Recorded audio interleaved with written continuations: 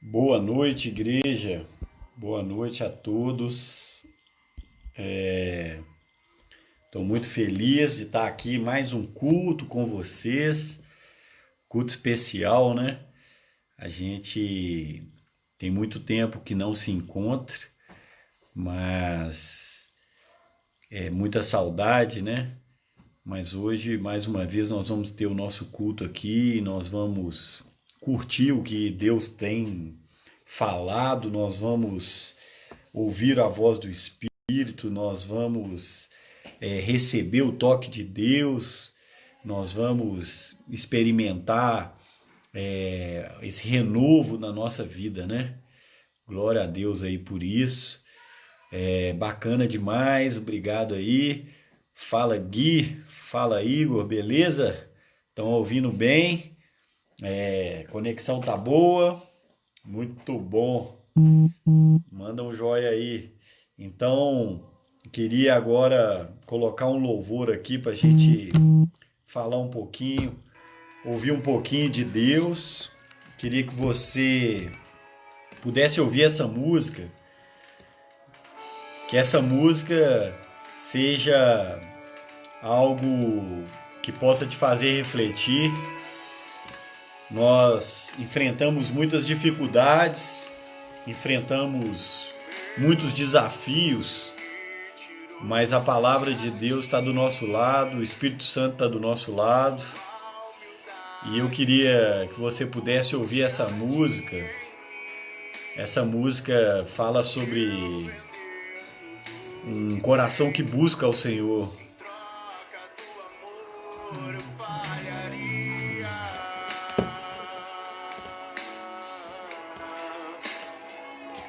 Pois o amor não se compra, nem se merece.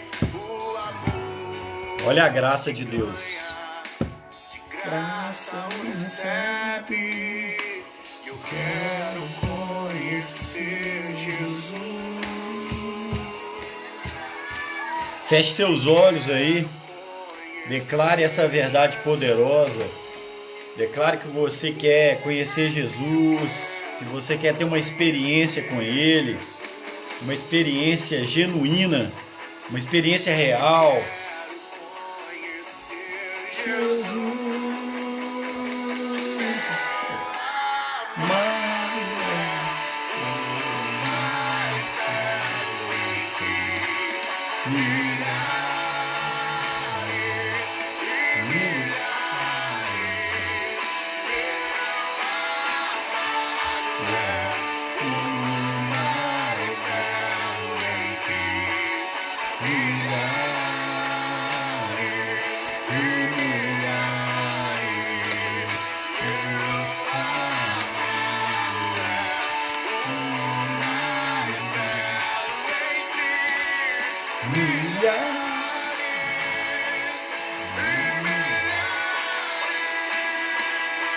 Aleluia.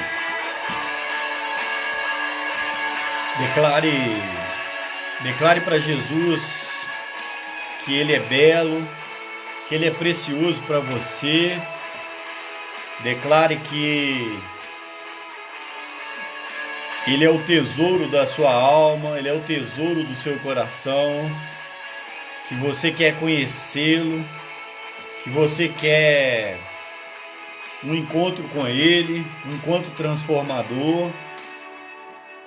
Oh Deus, nós oramos, Deus, te pedindo que o Senhor venha sobre nós, que o Senhor venha com teu Espírito sobre a tua igreja, que o Senhor venha, Deus, e guarde o nosso coração, guarde a nossa mente, guarde o nosso corpo.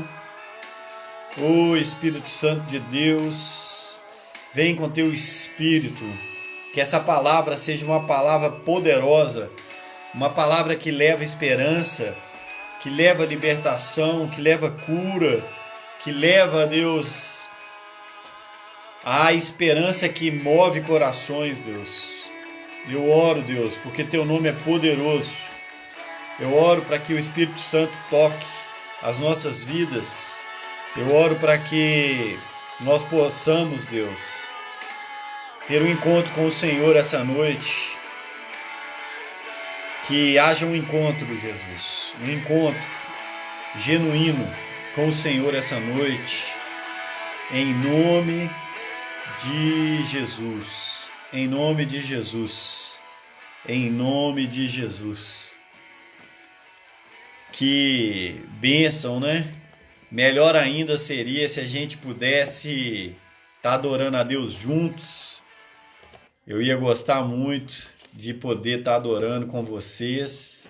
Eu ia gostar muito de estar podendo compartilhar com vocês ali aquele lugar íntimo que é a nossa igreja, que a gente pudesse cantar louvores a Deus ali juntos. Vamos lá, gente. Essa noite vai ser uma noite especial. Essa palavra é uma palavra poderosa e eu gostaria que você se preparasse aí. Quem está animado aí, manda um oi, porque hoje Deus vai falar com você através da palavra dele. Amém? Manda um oi aí, fala que você está pronto. Eu tô pronto. Abunde, você tá pronto? Tá pronto, cara? Bom demais. E agora eu queria ler um texto, vai ser o nosso texto base. Queria que você pensasse sobre esse texto. É a primeira carta de Pedro. Essa nova série, nós vamos entrar numa nova série. Essa nova série fala sobre permanecendo firmes na graça de Deus.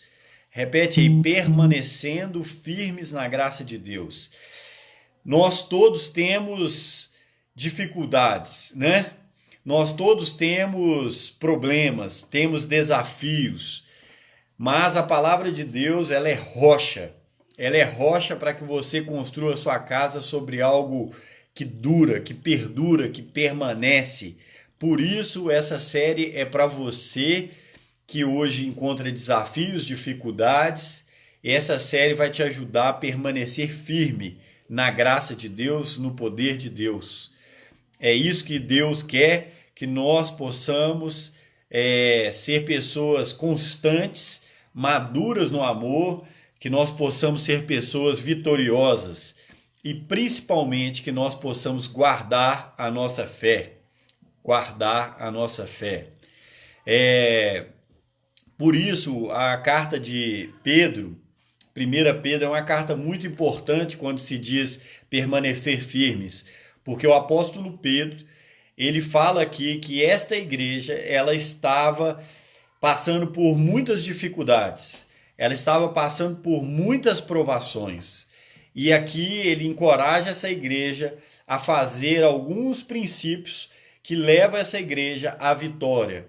A vitória que é superar os desafios, a vitória que é guardar a fé, que é permanecer firme em Cristo Jesus. Então, esses os princípios que eu quero que você aprenda esses dias, essa próxima série, e esses os princípios que eu quero que você aplique na sua vida, para que você permaneça firme, para que você permaneça firme.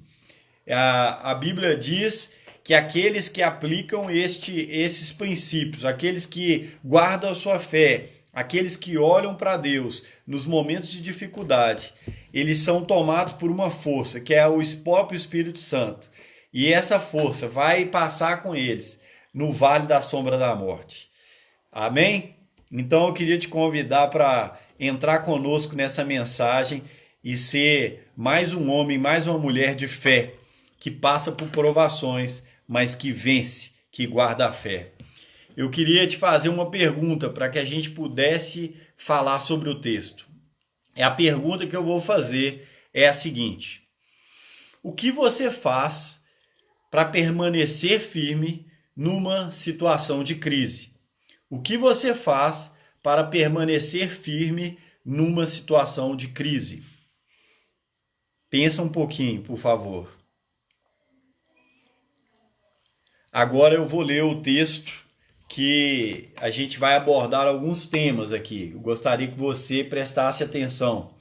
Bendito seja o Pai e Deus, bendito seja o Deus e Pai do nosso Senhor Jesus Cristo. Conforme sua grande misericórdia, ele nos regenerou para uma esperança viva por meio da ressurreição de Cristo dentre os mortos, para uma herança que jamais poderá perecer, macular-se ou perder o seu valor.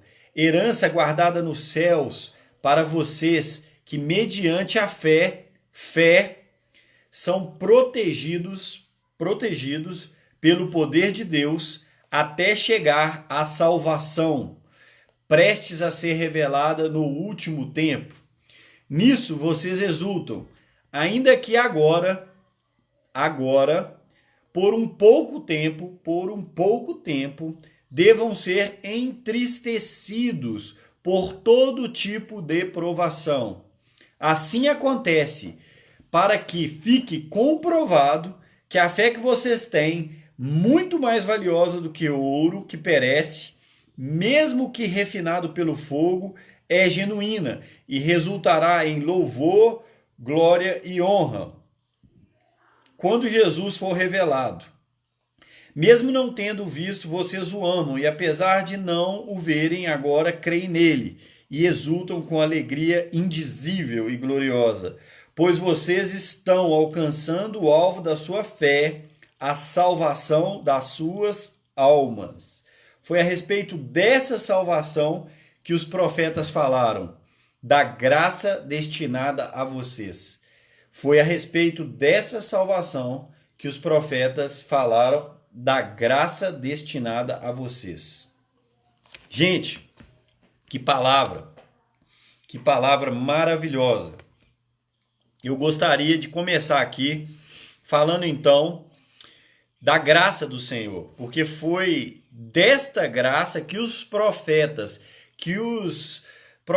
do Velho Testamento, que os homens de Deus do Antigo Testamento estavam falando o tempo todo, e elas tinham alvo, a sua vida e a minha vida. Você é tão especial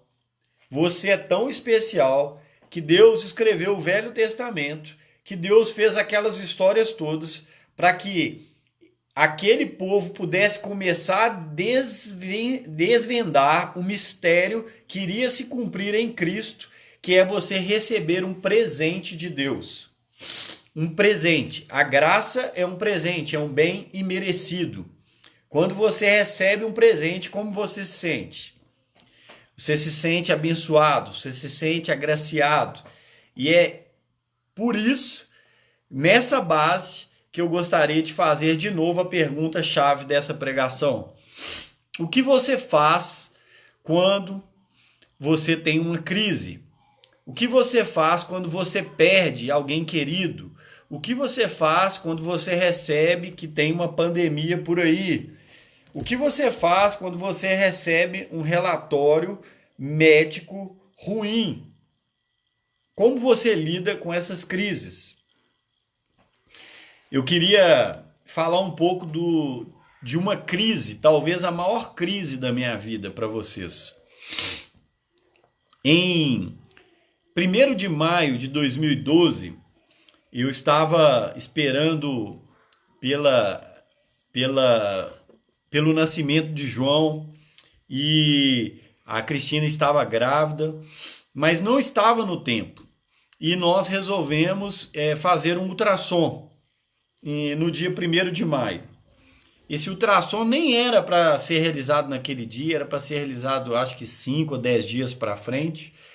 E ali nós fomos no médico, e ao fazer o ultrassom eu percebi que o olhar do médico já não estava legal. O olhar do médico estava achando esquisito, e ele passava o ultrassom ali, via algo e falava, olha, isso aqui, a cara dele não estava boa. E de repente ele falou para mim algumas palavras que eu me lembro até hoje. Ele falou assim, olha, centralizou a criança, você tem que ligar para sua médica, tem que conversar, porque esse bebê vai nascer logo. Aí eu falei assim, não vai nascer logo não, esse bebê falta 2 meses para nascer. E logo naquela hora eu já estava olhando, vi que não tinha algo que não estava certo, e ele falou, não, vai nascer logo. Então eu logo ali já peguei o meu telefone, liguei para a minha médica, até a Luciana Bergari, que é da nossa igreja, E falei, Luciana, o médico está falando que vai nascer hoje, mas não vai nascer, falta 2 meses. E passei o telefone dela pro ultrassonografista e eles conversaram e aí ela voltou para mim e falou, ó, Francisco, vai nascer hoje e mais tarde eu te ligo e te explico. Aí eu saí dali, assim, muito incomodado, como assim? 32 semanas, não está na hora, que notícia que é essa? Faltam 8 semanas, né? Faltam 8 semanas, faltam 2 meses. E mais tarde a Luciana me ligou de novo e falou: Olha, eu tenho que procurar um hospital que tenha um CTI para você e um CTI para a Cristina. Porque essa situação de eclâmpsia, pré-eclâmpsia é muito perigosa. O bebê, né, o João precisa nascer agora. E aí ela falou, pai, fica tranquilo que eu vou achar e aonde eu achar vocês vão se dirigir para esse hospital e o João vai nascer hoje. Gente, numa situação dessa, né, que você estava bem e de repente você se depara com um choque. Peraí, CTI, peraí, o que é que está acontecendo? Será que a minha mulher pode morrer? Será que meu filho pode morrer? Então, de repente, eu me deparei ali com uma situação que eu estava fora do meu controle, estava totalmente, mudou o meu mundo de uma hora para outra e eu, então, só podia fazer uma coisa, né? E o que você faz nessa hora, né? Então, eu que creio em Deus, creio que Deus me ama, comecei a orar e falar, ó Deus, mas por que isso está acontecendo? E eu quero te pedir que o Senhor abençoe, que o Senhor nos guie, vai dar tudo certo. E comecei a orar e comecei a profetizar os planos de Deus para a minha vida, profetizar o que Deus, né, tinha para mim naquele momento, lutando contra todo medo, contra toda ansiedade. E o que é que 1 Pedro fala? Fala exatamente disso, fala de homens e mulheres que encontraram Jesus. E eu queria te falar o seguinte, faz toda a diferença você encarar uma crise, uma coisa fora da caixa, uma coisa forte que vai contra você, faz toda a diferença você viver essa situação com Deus, com Jesus e sem Deus, sem Jesus. E você vai entender, e eu espero que você, talvez alguém aqui que vá nos escutar, que não conheça Jesus, no final dessa pregação você possa refletir sobre o seu relacionamento com Deus.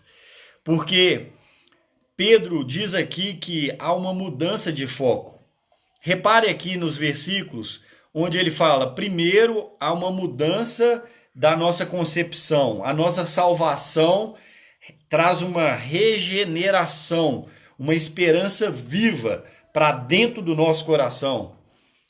Deus, quando a gente aceita Jesus Cristo como nosso Senhor e como nosso Salvador, o Espírito Santo de Deus entra no nosso coração e ele dá a nós uma esperança viva, a mesma esperança que Jesus, que os discípulos ali perderam, mas que depois conheceram, a esperança da ressurreição, a mesma esperança da salvação, da cura de um enfermo, a esperança de uma libertação, a esperança de uma vida com Deus, ela é tão forte, que ela entra dentro da gente e move a gente dentro dessas dificuldades. Eu queria te perguntar se você, né, assim como Pedro fala aqui, que essa esperança, ela jamais poderá perecer. Então, gente, Pedro está falando que se você tem uma dúvida, se você tem uma notícia ruim, se você tem uma crise financeira, se você perdeu alguém, existe algo em Deus que é maior do que essas coisas. Ele diz que existe uma esperança em Deus que não pode perecer. Existe uma esperança que não pode macular-se, quer dizer manchar, que não pode estragar, não pode sujar, não pode estragar, perecer, manchar. E diz aqui que existe uma esperança que não pode perder o valor, com o tempo ou com qualquer outra experiência. E aí eu te faço uma pergunta: por que então que muitos de nós, ao viver uma crise, a gente se depara com perguntas: Deus me ama? Deus está trazendo isso porque eu sou um homem de Deus, eu sou um homem de Deus e Deus está trazendo para mim uma aprovação. Meu filho vai ficar no CTI, minha mulher pode ficar no CTI, o meu filho morreu, meu filho, né? Algo do tipo. E você começa a pensar, ou seja, aqui está falando de algo maior do que as nossas circunstâncias. Aqui está falando de uma herança. Olha só, no versículo 5 fala: herança guardada nos céus para vocês que, mediante a fé, são protegidos pelo poder de Deus, até chegar a salvação de vocês a ser revelada no último dia. Gente, uma pessoa que encontra com Jesus, ela é uma pessoa que muda o foco da sua vida. Aqui você começa a perceber que Pedro está falando da gratidão da salvação. Ele está falando da esperança que nós temos de encontrar Jesus e ele ser revelado no último dia para a gente. Está falando sobre um tesouro que está guardado para nós. E essa situação como um todo, ela é uma motivação estupenda para a gente encarar a vida. Ela é uma motivação estupenda, é uma motivação incrível, porque quando nós tiramos os olhos do problema, tiramos os olhos de nós mesmos e colocamos os olhos em Deus, nós começamos a perceber que Deus tem um plano para as nossas vidas. Aí você encara o versículo 6. O versículo 6 diz: nisso vocês exultam, quer dizer, nessa esperança da salvação, no amor de Deus, na graça de Deus, ainda que agora, por um pouco espaço de tempo, devam ser entristecidos por todo tipo de provação. Eu queria te fazer uma pergunta e contar para você um pouco mais dessa história, né? Você já teve provação na sua vida? Você já foi provado por Deus na sua vida? Você teve uma fé provada por Deus? Incrível, porque naquele dia o meu filho foi nascer, o médico olhou para mim, eu lembro dele com aquela máscara, e ele olhou para mim e falou assim: nós estamos indo para o bloco e não vai ser um nascimento normal, você tem que estar preparado, que talvez seu filho não vai chorar, e eu vou ter que entubar o seu filho imediatamente. Talvez ele vai chorar fraco e ele vai ser entubado depois, talvez ele vai chorar forte e está tudo bem. E a sua esposa, você vai ter que aguardar, porque a gente vai ver como que está a saúde dela depois também. E ali eu me lembro, indo para aquele parto, eu me lembro assim, falando: nossa Deus, tem misericórdia de mim, porque eu estou indo para um parto que era para ser uma alegria, agora eu não sei se o meu filho vai viver, se a minha esposa vai viver, eu não sei mais nada, mas eu creio no Senhor, eu creio na sua vontade, eu creio na sua soberania, e eu vou orar agora para a cura deles, eu vou orar pela restauração deles. E eu fui para aquele quarto ali, né, da cirurgia, da cesárea, e eu esperei ali o João dar um choro bem baixo, ele chorou bem baixo, e eu dei um glória a Deus ali, falei: não, que bom que ele tá vivo. E ali o pessoal levou ele, limpou e levou ele para o CTI, a Cristina também, e eu fiquei na sala de espera esperando. E aí, gente, naquele momento, eu queria te contar um testemunho. Eu me voltei para Deus. Naquele momento, né, eu quis colocar a minha confiança em Deus. Eu não pensei no pior. Eu não pensei: não, eu vou perder os dois. Eu não chorei porque um desespero me bateu. Mas eu pensei: nó, que situação, mas Deus é fiel e Ele vai guardar a vida dos meus queridos. E então eu vejo que aqui fala: por um tempo vocês podem estar entristecidos, por um tempo, por causa das provações de Deus. E eu queria te perguntar: sabe quanto tempo foi essa provação para mim? 67 dias no CTI do João. 67 dias. Sabe quanto tempo ele demorou para ficar saudável e tal em casa? Talvez mais uns 30, 60 dias. Quer dizer, uns 90, 120 dias ali para o João pegar corpo, pegar peso, amadurecer o pulmão, sair do hospital e depois ter ali saúde ali em casa. Foram um pequeno tempo. Aqui fala que vocês podem ser entristecidos por um pequeno tempo. E eu queria te falar, aquele pequeno tempo demorou uma eternidade para mim. Na época que eu estava lá, eu senti uma dor muito grande e eu pedi a Deus, oh Deus, esse pequeno tempo tá grande demais. Tá grande demais, eu não estou aguentando, eu não estou me aguentando. E eu chorava, eu pedia a Deus, eu orava. E naquele momento eu percebi, a minha fé não esmureceu, a minha fé eu não perdi, a minha fé eu não entreguei o jogo. E por isso que eu queria te chamar aqui, quando a gente lê o versículo 6, a gente percebe que Deus está falando que todo cristão passará por provações. E talvez você está passando por uma provação agora. Talvez a sua fé está sendo testada. Talvez você perdeu o emprego. Talvez você está sendo afetado por esse negócio da pandemia. Talvez você está com um casamento ruim. Talvez você está com a saúde ruim. Talvez você recebeu um diagnóstico médico ruim. Mas eu queria te falar o seguinte, importa que por pequeno tempo vocês estejam entristecidos, mas acontece que fique comprovado que a fé que vocês têm é mais valiosa do que ouro. Deus quer solidificar o seu relacionamento com Ele. Aquilo que mais importa, aquilo que é mais importante, não é o sofrimento. Aquilo que é mais importante não é a provação, mas sim que Deus teste a sua fé e que a sua fé seja encontrada, provada, mais valiosa do que ouro. Mais valiosa que ouro.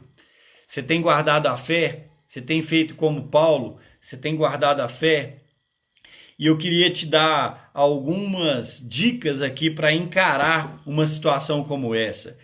Eu vivi, talvez eu tenha que aprender ainda mais e mais, mas eu queria compartilhar com você. Primeira coisa, eu acho que para a gente falar um pouco do sofrimento na vida cristã, a vida cristã, ela não impede que nós sofremos. Nós vamos sofrer. Infelizmente, gente, existe sofrimento no meio do cristão. O filho do cristão vai para o CTI, infelizmente, o meu foi, né? Estou falando para vocês, o filho do não cristão também vai. E isso está relacionado com um ponto, o mundo caído. Vou falar aqui rapidamente para vocês, o mundo é caído, porque todos pecaram e todos estão destituídos da glória de Deus. Todos nós vamos enfrentar problemas, né? Existe uma praga, uma erva daninha na plantação, existe a doença no nosso corpo, existe um vírus andando aí pelo mundo, ou seja, isso são todos sinais do pecado e da separação do homem e de Deus. São sinais da separação entre homens e homens, são sinais entre a separação que é feita através do pecado. Segundo ponto que a gente encontra sofrimento, né, é a questão da escolha. Muitas vezes nossas escolhas nos levam ao sofrimento. O governo do Brasil, por exemplo, pode tomar uma escolha que leve toda a nação para o sofrimento. A sua família, seu pai ou sua mãe pode tomar uma escolha que leve as pessoas ao sofrimento. Então, as escolhas de pessoas que estão ao nosso lado também é uma das causas. O terceiro ponto seria o seguinte: as nossas próprias escolhas. A Bíblia diz que nós, muitas vezes, como insensatos, fazemos escolhas que nos levam ao sofrimento. Nós não oramos, nós não consultamos a Deus, nós simplesmente agredimos ou somos rápidos e etc. O prudente e o insensato, quem lembra aí? O prudente é aquele que ouve e que pratica a palavra de Deus. O insensato é aquele que ouve, mas não pratica. E grande é a sua ruína, né? Ou seja, sofrimento, né? O quarto ponto, a gente está falando também que o sofrimento pode vir através de coisas espirituais. A Bíblia ensina que nós temos um inimigo, o diabo. Ele veio matar, roubar e destruir. Por isso, o sofrimento pode ser também uma razão espiritual.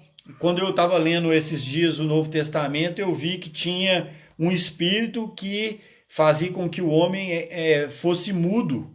Jesus encontrou aquele homem, expulsou aquele demônio e o homem começou a falar. Quer dizer, existem sofrimentos que são consequências espirituais, né? As pessoas estão abrindo a casa delas para benzedeiro, para macumba, para coisas assim que não fazem sentido, porque nós temos um Deus que nos ensina todas as coisas na palavra.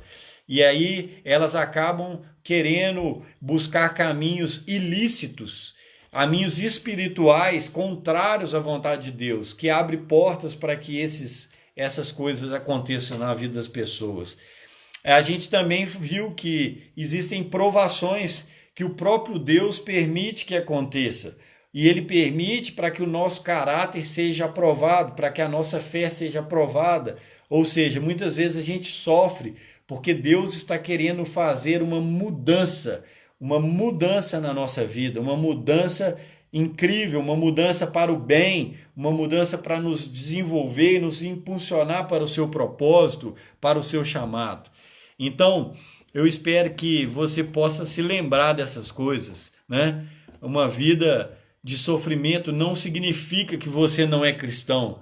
Uma vida de sofrimento não significa que você não é um filho de Deus amado. Deus te ama. Deus continua te amando no sofrimento, na provação. E é isso que você precisa. Você precisa aprender a buscar a Deus no sofrimento. Amém? Agora eu queria te falar o seguinte. A Cristina, naquele momento, ela escolheu um salmo. Sabe qual é o salmo que ela escolheu? O Salmo 121. Levanto os meus olhos para o monte, de onde vem o meu socorro? O meu socorro vem do Senhor, que fez os céus e a terra. Ele não permitirá que você tropece. O seu protetor se manterá alerta. Sim, o protetor de Israel não dormirá. Ele estará sempre alerta. O Senhor é o seu protetor, como sombra que o protege. Ele está à sua direita, ele está à sua direita. De dia o sol não te ferirá, nem a lua de noite. O Senhor o protegerá de todo mal, protegerá a sua vida. O Senhor protegerá a sua saída e a sua chegada, desde agora para sempre. Uau! Que salmo que ela escolheu para aquele tempo, hein? Que salmo que ela escolheu para dedicar ao João. Um salmo que ela falou: eu quero vitória nessa situação, eu quero a minha saúde, eu quero a saúde do meu filho, eu quero ver isso mudar. Agora eu queria te chamar para enxergar o sofrimento, né? Que nós já falamos sobre o sofrimento, eu queria te levar para o outro lado. O que você precisa fazer quando você estiver sofrendo? O que você precisa fazer para permanecer firme na graça? Aqui fala que assim acontece para que fique provado, né? Então, aqui diz, mesmo não tendo visto, vocês o amam. Quem? Jesus Cristo. E apesar de não verem agora, creem nele. Então, o primeiro ponto, gente, que eu gostaria de falar de uma vida que sofre, uma vida que encontra dificuldades, o primeiro ponto que você tem que fazer, você tem que voltar os seus olhos para Jesus. Salmo 121. Volte os teus olhos para Jesus. Volte os teus olhos para Jesus. Se você hoje está com dificuldades, como eu disse, se você hoje está enfrentando essa pandemia, se você hoje está enfrentando uma questão no seu coração, você precisa voltar os teus olhos para Jesus. Aqui diz que, mesmo não o tendo visto, vocês creem nele. Gente, aquele barco estava numa tempestade, mas Pedro voltou os olhos para Jesus. Ele viu tempestade, ele viu ondas, mas ele voltou os olhos para Jesus. Aqui no Salmo 121, está falando, de onde virá o meu socorro? O meu socorro vem do Senhor. Volte os olhos para Deus. O segredo de uma vida que permanece na graça e que é provado e que é aprovado é um homem e uma mulher que se volta para o Senhor nas dificuldades. Segundo outro ponto que eu vejo aqui, não aumente sua dor. Naquele momento que você está lá sofrendo, eu estava sofrendo, muitas pessoas falam assim, tá vendo? Eu sou um miserável, eu sou um pecador, eu agora estou aqui, eu sou o pior dos homens, meu filho está no CTI, eu perdi alguém querido, tal, quer dizer, a pessoa fica se martirizando, a pessoa fica olhando para a dor, ela olha para a dor, ela olha para o pecado dela, ela olha para a dor do outro e ela fica se martirizando e querendo sofrer. Não aumente sua dor. Terceiro ponto, decida lutar.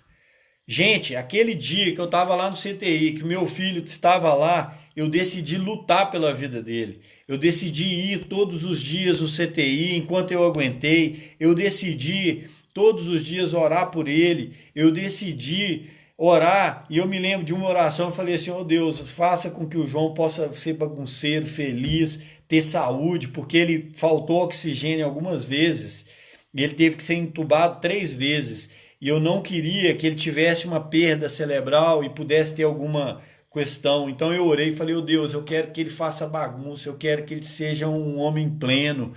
E hoje eu posso dizer que ele é. Amém? Então assim, decida lutar, decida orar, decida acreditar, seja um guerreiro da fé, seja um guerreiro de oração, seja uma pessoa que não se entrega ao sofrimento, né? O quarto ponto, não procure culpados, não procure culpados. Tem gente que quando passa por uma provação, quer olhar para alguém e quer dizer assim, você que me fez, você que não foi bom, você que não foi, você que não me ajudou, eu estou nessa situação porque meu pai fez isso, eu estou naquela situação porque minha mãe fez aquilo. Não culpe os outros, não cuide dos outros, não culpe os outros. Assuma a responsabilidade, lute você mesmo para sair da situação que você está. Se você está sofrendo, se seu casamento está ruim, você não deve culpar o outro, você deve agir, você deve manifestar a vontade de Deus para o seu casamento. Comece a fazer coisas diferentes, comece a olhar para você, comece a mudar você mesmo e não o outro. Amém? O outro ponto, não dê lugar à amargura. Tem gente que é amarga, tem gente que sofreu um trauma e que não se liberta daquele trauma, que vai ficar lembrando do trauma a vida toda. Meu pai fez isso comigo, porque minha mãe então fez isso comigo, e a pessoa não perdoa, ela não sai daquele lugar. Você precisa sair do lugar da amargura, você precisa lançar sobre Deus os seus problemas, as suas ansiedades e perdoar as pessoas. Você precisa ser livre, né? Se você vai passar por uma zona de sofrimento, ou uma zona de provação ali da sua fé, você precisa estar livre, tirar o peso da amargura. E aí, para fechar, eu gostaria de te chamar para um versículo chave, que é o versículo de Jeremias 2,13. Jeremias 2,13. Né? Para ressaltar ainda mais aquele primeiro ponto, que é o ponto que fala aqui no capítulo de Pedro, onde a gente não viu Jesus, mas a gente crê nele. Aqui Jeremias fala sobre, o profeta fala sobre isso. Olha só, o meu povo cometeu 2 crimes. Eles me abandonaram, a mim, a fonte de água viva, e cavaram as suas próprias cisternas rachadas, que não retém água. Gente, de novo, é uma leitura, uma releitura do insensato e do sensato, do sábio. Se você tem a opção de ir a Deus e de se alimentar de Deus e dessa água viva do Espírito Santo, por que você iria em qualquer outro lugar? E olha o que o profeta está falando. Ele está falando, o meu povo cometeu 2 crimes. A mim me abandonaram a Deus, a fonte de água viva, e cavaram para si cisternas rachadas que não retêm água. Além de abandonar a fonte de água viva, eles foram lá, cavaram cisternas rachadas e estão tentando beber água de uma fonte que não tem nada para oferecer. Gente, nós precisamos, para encarar a vida, nós precisamos ter uma decisão de vida, de aliançar com Deus, de fazer um compromisso com Deus, de buscar a Deus mais do que qualquer outra coisa. Nós precisamos ter uma mudança de vida, nós precisamos sim trabalhar, mas nós precisamos colocar Deus acima do nosso trabalho. Nós precisamos sim casar, mas nós precisamos colocar Deus acima do nosso casamento. Nós precisamos sim ter filhos, mas nós precisamos sim colocar a Deus acima dos nossos filhos. Porque se você não fizer isso, quando bater uma provação, quando bater uma dificuldade, você pode se distanciar de Deus. E aqui fala que essa cisterna é rachada. Se você se apoiar na sua mulher ao invés de apoiar em Deus, essa cisterna é rachada. Se você se apoiar no trabalho ao invés de se apoiar em Deus, essa cisterna é rachada.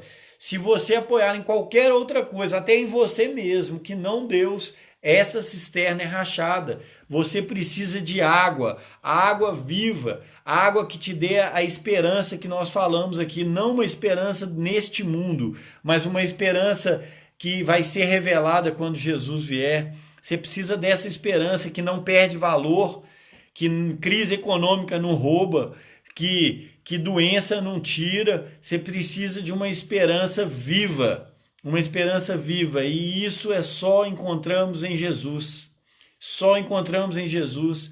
Hoje, gente, quando eu estava fazendo o culto doméstico, nesse tempo de coronavírus aí, eu e a minha família, nós estamos reunindo, estudando a Bíblia toda manhã com os nossos filhos. E aí tem sido maravilhoso. E aí a Cristina escolheu o Salmo 121 para que o João lesse. Então o João está com 8 anos, ele está saudável, e ele estava lendo ali o Salmo 121. E aí ela falou na mesa, esse salmo foi o salmo que eu escolhi quando você estava lá no CTI. Esse mesmo salmo que o João hoje, com 8 anos, estava lendo. E ele estava lendo ali na mesa, para ser testemunho da fidelidade de Deus com a minha vida, com a vida da Cristina, com a vida dele e com a vida da Helena. O Senhor Jesus foi fiel, Ele guardou a minha vida, Ele guardou a vida da Cristina, a vida do João, a vida da Helena, né? Mesmo que algo tivesse acontecido, Ele continuaria sendo fiel, mas nesse momento Ele nos deu uma bênção, e ali eu vi João lendo o Salmo 121, que eu já li para você, e eu pude ver que as promessas de Deus se cumpriram na minha vida, que ali houve uma resposta de oração. E eu queria te convidar, né, a enfrentar a sua dificuldade, a enfrentar a sua perda, a enfrentar a sua crise, confiando no Senhor Jesus. Confie no Senhor Jesus. Lembre-se que a fé, a sua fé, ela será provada, mas importa que você guarde a fé, importa que você confie em Deus, importa que você se encha do Espírito Santo, para que você vença. E você vai vencer em nome de Jesus, em nome de Jesus. Queria fazer uma oração para a gente, queria lembrar que o Evangelho é mais do que a vida, ele é mais do que a morte. Mesmo que a gente perca alguém querido, a gente continua crendo que Jesus é o Senhor Jesus. O Evangelho é mais do que a doença. Mesmo que a cura não venha, nós acreditamos que o Senhor Jesus é todo-poderoso, né? O Evangelho é mais do que poderoso para restabelecer um casamento quebrado. Ele é todo poderoso para restabelecer uma vida quebrada de cadeias, né? Então, nesse dia eu queria te perguntar, talvez você esteja se perguntando, pô, Francisco, isso é novo para mim, eu já encontrei dificuldades, mas eu não tive a habilidade de fazer isso que você falou. Eu não fui ensinado, ninguém me ensinou. Então hoje eu queria te ensinar, mas mais do que isso, eu queria te convidar para que você convide o Espírito Santo para habitar no seu coração, porque ele vai te ensinar todas as coisas. Ele vai fazer o que você precisa. Então vamos orar. Queria orar e pedir para que Deus possa encher o seu coração. Oh Deus, nesse momento, aqueles que não te conhecem, Deus, eu peço que o Senhor visite eles ali, Deus.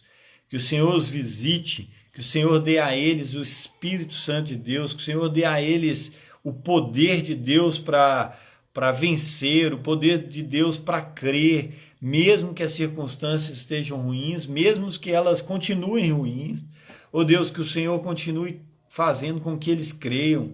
Oh Deus, a nossa vitória é a nossa fé em Cristo Jesus. Oh Pai, mas o Senhor também tem promessas para nós e nós vamos lutar, nós não vamos desistir, nós vamos olhar para o trono de Deus, nós vamos saber que o Senhor é Deus e que o Senhor pode todas as coisas. Nós vamos olhar para que os milagres de Deus aconteçam nas nossas vidas. Oh Deus, eu oro para que milagres aconteçam na vida daqueles que estão nos escutando, milagres de restauração, de saúde, milagres de proteção, milagres de casamentos que serão reconectados, milagres, Deus, de curas nos hospitais, milagres, Deus, de prosperidade, aqueles que perderam o emprego, aqueles que estão tendo algumas dificuldades nas suas contas, nos seus trabalhos. Oh Deus, abre portas, abre trabalhos, abre a criatividade, abre o empreendedorismo, abre, Deus, ali fontes para jorrar e que eles possam se ver livres de toda dificuldade. Oh Pai, em nome de Jesus é que eu oro e te agradeço. Amém, amém, amém. Que essa série, permanecendo firmes na graça do Senhor, possa te equipar para você encarar aí esse momento difícil que o país e que nós estamos, e você possa ser abençoado cada dia mais. Um grande abraço, que Deus seja conosco.